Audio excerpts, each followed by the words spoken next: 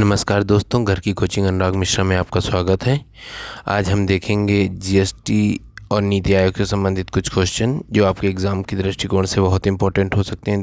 देखिए दोस्तों, छोटा चैनल है तो ये मत सोचिएगा कि आपको इम्पोर्टेंट क्वेश्चन नहीं होंगे, ठीक है।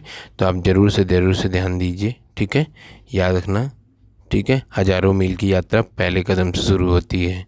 इसी के साथ मैं वीडियो शुरू करता हूँ, ठीक है। नीति आयोग मतलब नेशनल इंस्टीट्यूट ट्रांसफॉर्मिंग इंडिया।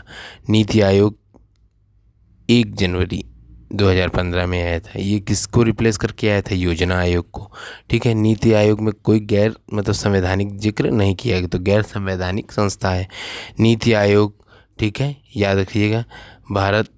राष्ट्रीय भारत परिवर्तन संस्थान के रूप में इसे पूर्णकालिक रूप से चुना जाता है। National institute for transforming India. NITI Aayog किस तरह का कोई निकाय, तो याद है, वित्तीय आवंटन नहीं करता। इसके लिए 280 के तहत वित्त आयोग का गठन किया गया, ठीक है। इसकी संरचना, स्ट्रक्चर, तो याद है, एक अध्यक्ष, उपाध्यक्ष, सीईओ और पूर्णकालिक मेंबर और पदेन सदस्य, ठीक है, याद रखना, इसमें अग्रिम होते हैं, ठीक है। अगले इंपॉर्टेंट क्वेश्चन समझ सकते हैं हम लोग। इसका अध्यक्ष प्रधानमंत्री होता है। इसका अध्यक्ष कौन होता है? प्रधानमंत्री होता है, ठीक है। वर्तमान में प्रधानमंत्री नरेंद्र मोदी जी इसके अध्यक्ष हैं, ठीक है। उपाध्यक्ष की नियुक्ति प्रधानमंत्री के कराता है, ठीक है। उपाध्यक्ष को कैबिनेट मंत्री के बराबर का दर्जा दिया जाए, जैसे राजनाथ सिंह, अमित शाह को दिया गया कैबिनेट मिनिस्टर, वैसे ही है, ठीक है। नीति आयोग के प्रथम उपाध्यक्ष, जल्दबाजी में मत लगा दीजिएगा कि अरविंद पनगड़िया थे, ठीक है। और नीति आयोग के प्रथम सीईओ कौन थे? सिंधुश्री खुल्लर। अगला देख लगते हैं। वर्तमान में नीति आयोग के अध्यक्ष, जैसा कि हम सब जानते हैं कि हमारे प्रधानमंत्री जी हैं, ठीक है। उपाध्यक्ष कौन है? राजीव कुमार है। सीईओ कौन है? अमिताभ कांत हैं। पूर्णकालिक, ठीक है, रमेश चंद, ठीक है, बीके सारस्वत और डॉक्टर वीके पॉल, याद रखना, ये इंपॉर्टेंट है, ठीक है। अब देखते हैं जीएसटी दोस्तों, यह एक टैक्स है, ठीक है। टैक्स होता है जो, जैसे कि भारत में जीएसटी 1 जुलाई 2017 को लागू किया गया था। ये कनाडा मॉडल पे है। किस मॉडल पे है? कनाडा मॉडल पे, ठीक है। गुड एंड सर्विसेज टैक्स, वस्तु एवं सेवा कर, आप हिंदी। जीएसटी के लिए 122वां संविधान संशोधन, ठीक है, 2014 में संसद में प्रस्तुत किया गया था। जीएसटी, याद रखना, लोकसभा में जीएसटी बिल 3 अगस्त 2016 और याद रखना राज्यसभा में 8 अगस्त 2016, ठीक है। जीएसटी को राष्ट्रपति की मंजूर 8 सितंबर 2016 को मिली थी। अगला क्वेश्चन देख लेते हैं। 101 संविधान संशोधन के तहत जीएसटी लागू किया गया था, ठीक है। 101 संविधान संशोधन के तहत जीएसटी लागू किया गया था, ठीक है।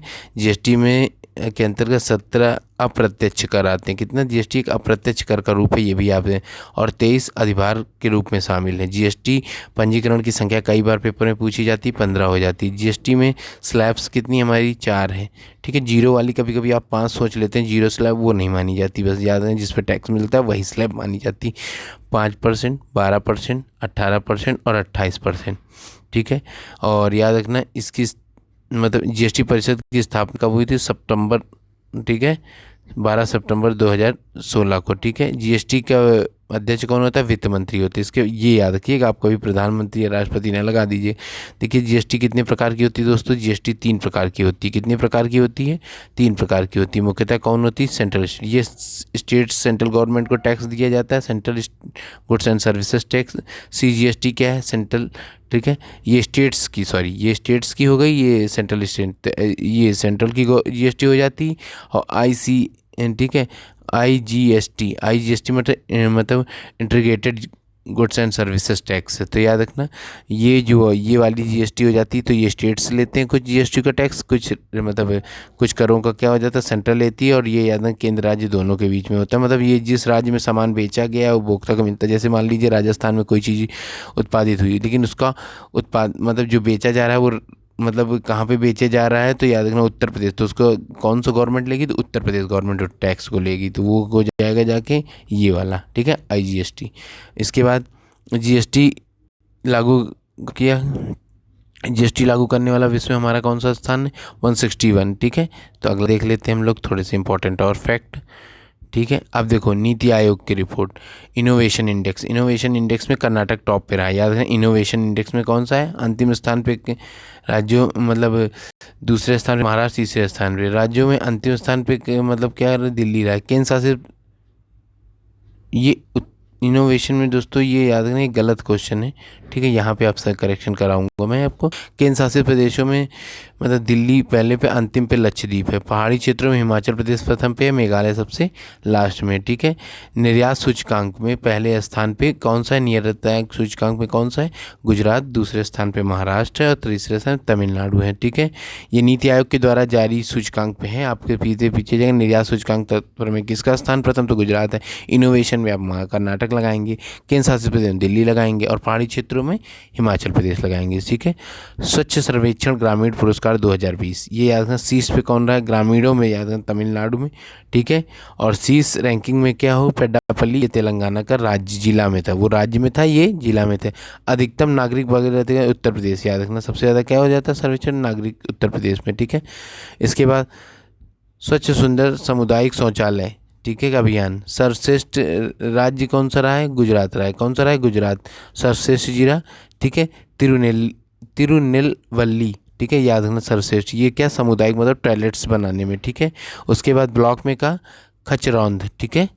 इसके बाद उज्जैन का है ये। और सर्वश्रेष्ठ धाम क्या है, चिन्नौर, ठीक है, सलेम, ये तमिलनाडु में है, ठीक है। इसके बाद सामुदायिक शौचालय, ये क्या, तो स्वच्छ सामुदायिक शौचालय जो घरों में बनते हैं, ये सामुदायिक शौचालय जो टॉयलेट्स आप बाहर देखते हैं चौराहे में, तो सबसे अच्छा चौराहे में टॉयलेट बनाने में उत्तर प्रदेश का स्थान रहा है। और दूसरा मतलब ये समझ लीजिए, ठीक है। सर्वश्रेष्ठ राज्य, सर्वश्रेष्ठ जिला प्रयागराज, याद रखना सबसे ज़्यादा टॉयलेट बने थे कुंभ के मेले में, आप बरेली। उसके बाद सर्वश्रेष्ठ ग्राम पंचायत बोरीगांव। बात समझ में आ गई कि नहीं आ गई। अब बाघों की जनगणना टाइगर्स के लिए 2019, दोस्तों ये 2 साल में गणना होती है, अगली गणना 2021 में रिपोर्ट आएगी 22 में, ठीक है। तो याद है 2014 से 18 के बीच में बाघों की आबादी में 33% क्या बढ़ोतरी देखने को मिली है, कितने परसेंट, 33%।